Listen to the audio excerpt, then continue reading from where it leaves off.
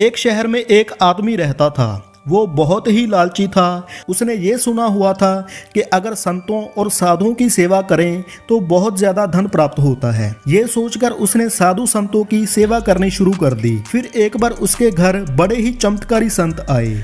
उन्होंने उसकी सेवा से प्रसन्न होकर उसे 4 दिए दिए और कहा, इनमें से एक दिया जला लेना और पूर्व दिशा की ओर चले जाना।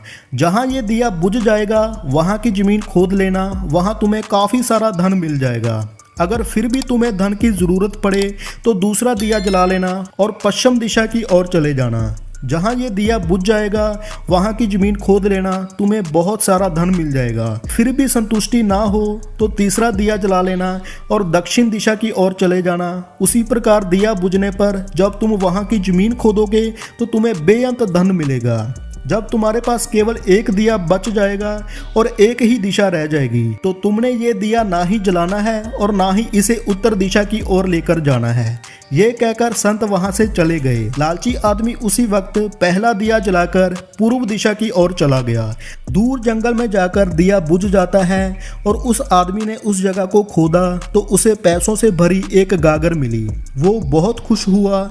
उसने सोचा कि इस गागर को फिलहाल मैं यही रहने देता हूँ, फिर कभी ले जाऊंगा। पहले मुझे जल्दी से पश्चिम दिशा वाला धन देख लेना चाहिए। ये सोचकर उसने दूसरे दिन दूसरा दिया जलाया और पश्चिम दिशा की ओर चल पड़ा। दूर एक उजाड़ स्थान में जाकर दिया बुझ गया।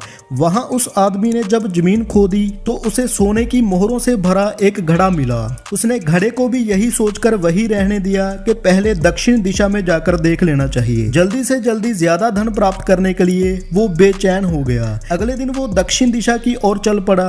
दिया एक मैदान में जाकर बुझ गया तो उसने वहां की जमीन खोदी तो उसे हीरो मोतियों से भरी 2 पेटियां मिली। वो आदमी अब बहुत ज्यादा खुश हो गया था। तब वो सोचने लगा कि अगर इन तीनों दिशाओं में इतना धन पड़ा है तो चौथी दिशा में इनसे भी ज्यादा धन होगा। तो फिर उसके मन में ख्याल आया कि संत ने उसे चौथी दिशा की ओर जाने के लिए मना किया था। दूसरे ही पल उसके मन ने कहा कि हो सकता है कि उत्तर दिशा की दौलत संत अपने लिए रखना चाहता हो। मुझे जल्दी से जल्दी उस पर भी कब्जा कर लेना चाहिए। ज्यादा से ज्यादा धन प्राप्त करने की लालच ने उसे संतों के वचनों को दोबारा सोचने का मौका ही नहीं दिया। अगले दिन उसने चौथा दिया जलाया और जल्दी जल्दी उत्तर दिशा की ओर चल पड़ा। दूर आगे एक महल के पास जाकर दिया बुझ गया। महल का दरवाजा बंद था। उसने दरवाजे को खोला तो वो दरवाजा खुल गया। वो बहुत खुश हुआ। उसने मन ही मन में सोचा कि ये महल उसके लिए है। वो सोचने लगा अब तीनों दिशाओं की दौलत को भी यही लेकर आएगा और यहाँ पे ऐश करेगा। वो आदमी महल के एक एक कमरे में गया। कोई कमरा हीरो मोतियों से भरा हुआ था, किसी कमरे में सोने की अलमारियां भरी पड़ी थी। इसी प्रकार और कमरे भी बेअंत धन से भरे हुए थे। वो आदमी बहुत ज्यादा हैरान हो जाता है और अपने भाग्य को शाबाशी देता है। फिर वो जरा और आगे बढ़ा तो उसे एक कमरे में चक्की चलने की आवाज सुनाई दी। वो उस कमरे में दाखिल हुआ तो उसने देखा कि एक बूढ़ा आदमी चक्की चला रहा है। लालची आदमी ने उस बूढ़े से कहा कि तू यहाँ कैसे पहुंचा। बूढ़े ने कहा, ऐसा कर, ये जरा चक्की चला, मैं सांस लेकर तुझे बताता हूँ। लालची आदमी ने चक्की चलानी शुरू कर दी। बूढ़ा चक्की से हट जाने पर ऊंची ऊंची आवाज में हंसने लगा। लालची आदमी उसकी ओर हैरानी से देखने लगा। वो चक्की बंद करने ही लगा था कि बूढ़े ने खबरदार करते हुए कहा, ना ना, चक्की चलानी बंद ना कर। फिर बूढ़े ने कहा, ये महल अब तेरा है, परंतु ये उतनी देर तक खड़ा रहेगा जितनी देर तक तू चक्की चलाता रहेगा। अगर चक्की चलनी बंद हो गई तो महल गिर जाएगा और तू भी इसके नीचे दबकर मर जाएगा। कुछ समय रुककर बूढ़ा आदमी फिर कहने लगा, मैंने भी तेरी तरह लालच करके संतों की बात नहीं मानी थी और मेरी सारी जवानी इस चक्की को चलाते हुए बीत गई। वो लालची आदमी बूढ़े की बात सुनकर रोने लग पड़ा। फिर कहने लगा, अब मेरा इस चक्की से छुटकारा कैसे होगा। बूढ़े ने कहा, जब तक मेरे और तेरे जैसा कोई आदमी लालच में अंधा होकर यहाँ नहीं आएगा तब तक तू इस चक्की से छुटकारा नहीं पा सकेगा। तब उस लालची आदमी ने बूढ़े से आखिरी सवाल पूछा, तू अब बाहर जाकर क्या करेगा। बूढ़े ने कहा, मैं सब लोगों से ऊंची ऊंची कहूंगा, लालच बुरी बला है। एक शहर में एक आदमी रहता था। वो बहुत ही लालची था। उसने ये सुना हुआ था कि अगर संतों और साधुओं की सेवा करें तो बहुत ज्यादा धन प्राप्त होता है। ये सोचकर उसने साधु संतों की सेवा करनी शुरू कर दी। फिर एक बार उसके घर बड़े ही चमत्कारी संत आए। उन्होंने उसकी सेवा से प्रसन्न होकर उसे 4 दिए दिए और कहा, इनमें से एक दिया जला लेना और पूर्व दिशा की ओर चले जाना। जहां ये दिया बुझ जाएगा वहां की जमीन खोद लेना, वहां तुम्हें काफी सारा धन मिल जाएगा। अगर फिर भी तुम्हें धन की जरूरत पड़े तो दूसरा दिया जला लेना और पश्चिम दिशा की ओर चले जाना। जहां ये दिया बुझ जाएगा वहां की जमीन खोद लेना, तुम्हें बहुत सारा धन मिल जाएगा। फिर भी संतुष्टि ना हो तो तीसरा दिया जला लेना और दक्षिण दिशा की ओर चले जाना। उसी प्रकार दिया बुझने पर जब तुम वहां की जमीन खोदोगे तो तुम्हें बेअंत धन मिलेगा। जब तुम्हारे पास केवल एक दिया बच जाएगा और एक ही दिशा रह जाएगी तो तुमने ये दिया ना ही जलाना है और ना ही इसे उत्तर दिशा की ओर लेकर जाना है।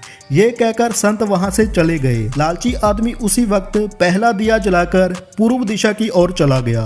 दूर जंगल में जाकर दिया बुझ जाता है और उस आदमी ने उस जगह को खोदा तो उसे पैसों से भरी एक गागर मिली। वो बहुत खुश हुआ। उसने सोचा कि इस गागर को फिलहाल मैं यही रहने देता हूँ, फिर कभी ले जाऊंगा। पहले मुझे जल्दी से पश्चिम दिशा वाला धन देख लेना चाहिए। ये सोचकर उसने दूसरे दिन दूसरा दिया जलाया और पश्चिम दिशा की ओर चल पड़ा। दूर एक उजाड़ स्थान में जाकर दिया बुझ गया। वहां उस आदमी ने जब जमीन खोदी तो उसे सोने की मोहरों से भरा एक घड़ा मिला। उसने घड़े को भी यही सोचकर वही रहने दिया कि पहले दक्षिण दिशा में जाकर देख लेना चाहिए। जल्दी से जल्दी ज्यादा धन प्राप्त करने के लिए वो बेचैन हो गया। अगले दिन वो दक्षिण दिशा की ओर चल पड़ा।